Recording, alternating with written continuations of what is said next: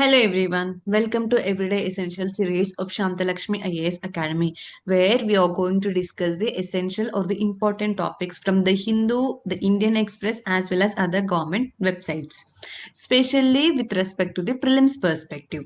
So today let's discuss the topics of 14th of August 2025. So what is the significance of this 14th of August? So today we observe the Partition Horrors Remembrance Day. Partition Horrors Remembrance Day. So, everyone, let's pay homage to the victims of this horrified partition. And now going to our topics of today's discussion. That is, first we are going to discuss about this export promotion mission, second about the Sabhasar, and third about the Dirio, and fourth about the RBI 7 Sutras for AI adoption. And finally, Tanzania country mapping as part of the mapping series. So starting with our first topic, that is export promotion mission. So why we are discussing this mission now? Actually, it was implemented or launched in the year 2025 to 2026 union budget. But today is the August, right? Why we are discussing about this mission? See, everyone knows that the US has imposed 50% tariffs on the Indian imports, right? So these tariffs will mostly affect the sectors like apparel and the textiles. Apparel and the textiles and the shrimp industry, organic chemicals, and the machinery equipment. So these sectors are the worst affected with this US tariffs. So regarding that, now Indian government is changing or tweaking its earlier plans for an export promotion mission to make it more targeted towards the specific sectors in the wake of this increased tariffs imposed by the US imports on imports from India. So earlier, this export promotion mission was brought or launched during this Union Budget 2025 to 26. And now, in view of this US tariffs, our government is considering to change the plans of this mission. Let's see what is this mission and what they are going to implement some changes also. So this export promotion mission was announced in the Union Budget 2025 to 2026 with an financial allocation of 2,250 crore rupees. And it is a joint initiative of the Ministry of the Commerce, MSME, that is the medium, small and micro industries, and the Ministry of Finance. So what is this mission? Export promotion mission. What is the objective? The name itself tells us that this mission will support the exports by giving various incentives or by giving the various credit facilities. So the objectives include the easy access to export credit, cross-border factoring support. It will also provide the cross-border factoring support for the export industries. And also it will support the MSMEs to tackle non-tariff measures in overseas markets. See, initially, this export promotion mission was launched to support the MSMEs to tackle the non-tariff measures in overseas markets. But it does not include the tariff measures, right? So now it's going to make changes with respect to this. It will now also going to include changes that is to support the MSMEs to tackle the tariff measures in overseas markets also, and it is going to add some specific sectors like the which we have discussed, that the apparel and the textile sector, shrimp sector, organic chemicals, and other electrical machinery. And it will also include the ministries of the textiles, fisheries, department of fisheries, and other ministries also, which are going to be affected by this US imports. So remember, this is the export promotion mission which was announced in the Union Budget 2025 to 26. And moving to a second topic, that is the Sabhasar. So what is the Sabhasar and why we are discussing this? This is Ministry of Panchayati Raj initiative. This was rolled out on this. It is going to be rolled out on this 15th of August 2025.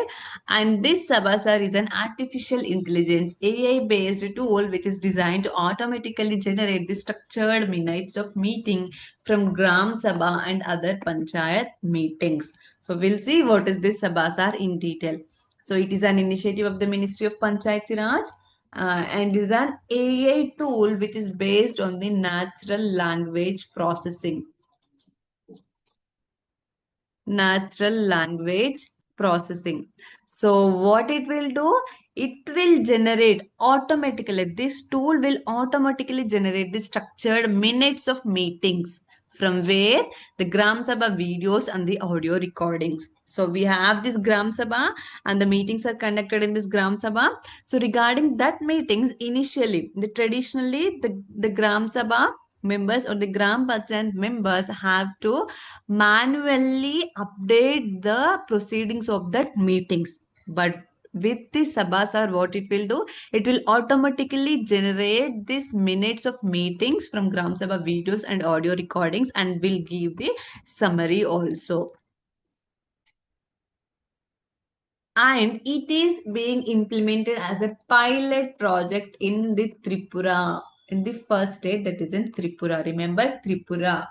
And it is going to be implemented in all the Gram Panchayats of Tripura, that is the 1194 Gram Panchayats of Tripura. And this Sabasar is integrated with the Bhashini. What is this Bhashini? It is an Indian language translation AI tool and it will include the 13 Indian languages also. So the Gram Sabhas will conduct the meetings, right? So regarding the by using this natural language processing, it will transcript and translate those meetings into the different languages, whatever that decide. So that what is the use of this Sabhasar? So that it will cut down the time and the manual effort required for documenting the meetings.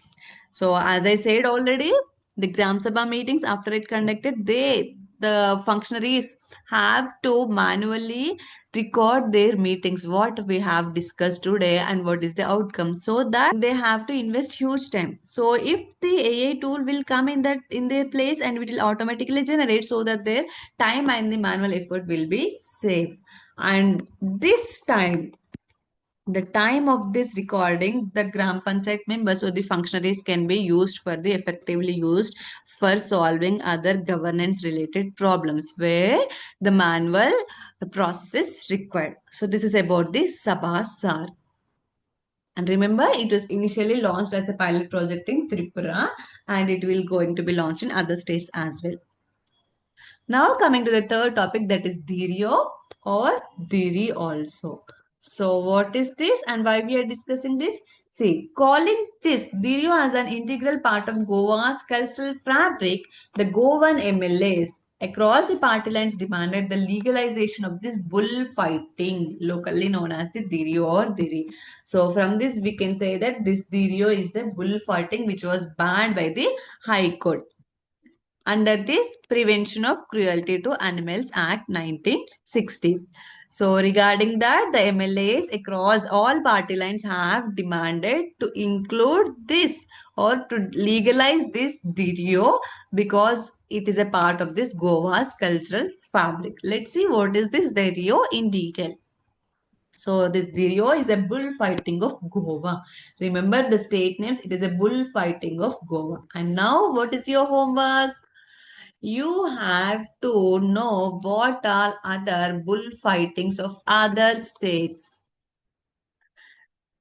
We have one Jallikattu of Tamil Nadu. And what are other bullfighting or the animal races of other states? And what is their status?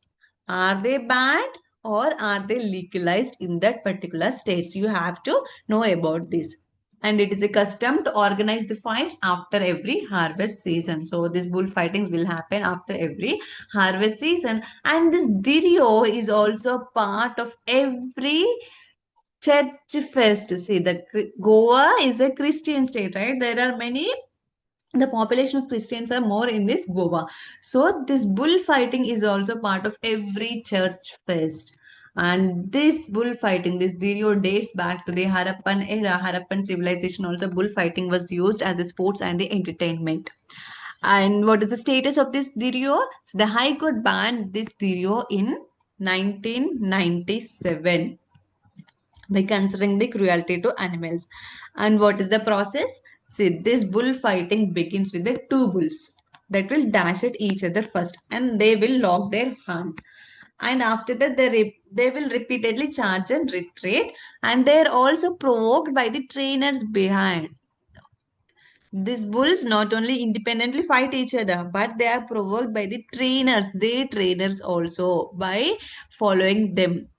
And what is the end of this game, bullfighting? So the bull that is pushed out of the arena or the area which have been given for that sport or the racing, the bull which is pushed out of the arena first or runs away loses the fight.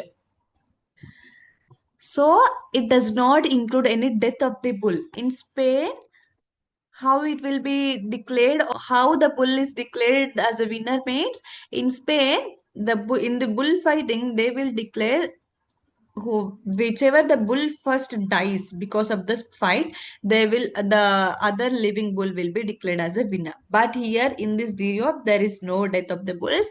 The bull which is pushed first out of the arena, which will go first out of the arena or the runs out of that bull race, that particular race is declared as a loser, and the other one will be the winner. So remember this in this video. And next, coming to the fourth topic, that is the RBI 7 Sutras for adoption. So everyone is using the AI, artificial intelligence. So now regarding this, RBI, Reserve Bank of India, in its report, that is the Framework for Responsible and Ethical Enablement of Artificial Intelligence, Free AI. So in this report, it said that yes, it recommended the establishment of the shared infrastructure by regulated entities to democratize access to data and compute, and for the creation of the AI innovation sandbox also. So in this report, the free AI report, the RBI has given some 7 sutras for this AI adoption in the financial sector. How we are going to adopt this AI, artificial intelligence, in the finance sector. Let's deal with those. So this AI adoption, the RBI has given in two dimensions. That is the innovation enablement. First, in with respect to the innovation enablement, how we are going to use this AI in the innovation era. And also second dimension is that in the risk mitigation, how we are going to use this AI in the risk mitigation. And it given, these are the two dimensions, innovation enablement and the risk mitigation. And these have been categorized into 6 pillars. Those pillars are infrastructure, policy, capacity, governance, protection, and the assurance. So in the 6 pillars, it have given 26 pathways, 26 ideas how to include or how to adopt AI in the adoption. AI in the financial sector, along with the 6 pillars, 2 dimension, and the 26 pathways, is also given the 7 sutras as the main. The 7 sutras have to be implemented in implementing all these 6 pillars. So first is the trust is the foundation. So first you have to remember that whenever you're going to implement or integrate the AI tool, trust is the foundation. Trust is non-negotiable and should remain uncompromised. You should have trust. And the people's first. Second sutra is the people first. The AI should augment human decision making but defer to human judgment and the citizen interest. It should augment the human decision making, that is the people first. And next comes the third is the innovation over restraint. So the AA should foster the responsible innovation with purpose. And the fourth sutra comes the fairness and the equity. In that, the AA outcomes should be fair and non-discriminatory. It should be equal. And Fifth comes the accountability. Accountability here rests with the entities which are deploying the AI. The entities or the regulated entities which are using this AI will be accountable for their actions or the outcomes of this AI. And sixth comes the understandable by design. That AI will be understandable with the design which will ensure the explainability for the trust. And seventh sutra is the safety, resilience, and the sustainability. The AA system should be secure, resilient, and the energy efficient also. So these are the seven sutras given by the RBI for AA adoption in the financial sector. So first is the trust is the foundation, people first, innovation over restraint, fairness and equity, accountability and the understandable by design, and safety, resilience, and the sustainability. In this two dimensions, innovation enablement as well as the risk mitigation. So this you can remember these points, you can include in your mains value addition, or just remember RBI has given the seven sutras for AI adoption with respect to the prevalence perspective. And moving to a final topic, that is Tanzania. So till now we have discussed South Africa, Lesotho, Eswatini, and Namibia, Botswana, Zimbabwe, Mozambique, Angola, the Zambia, yesterday Zambia here.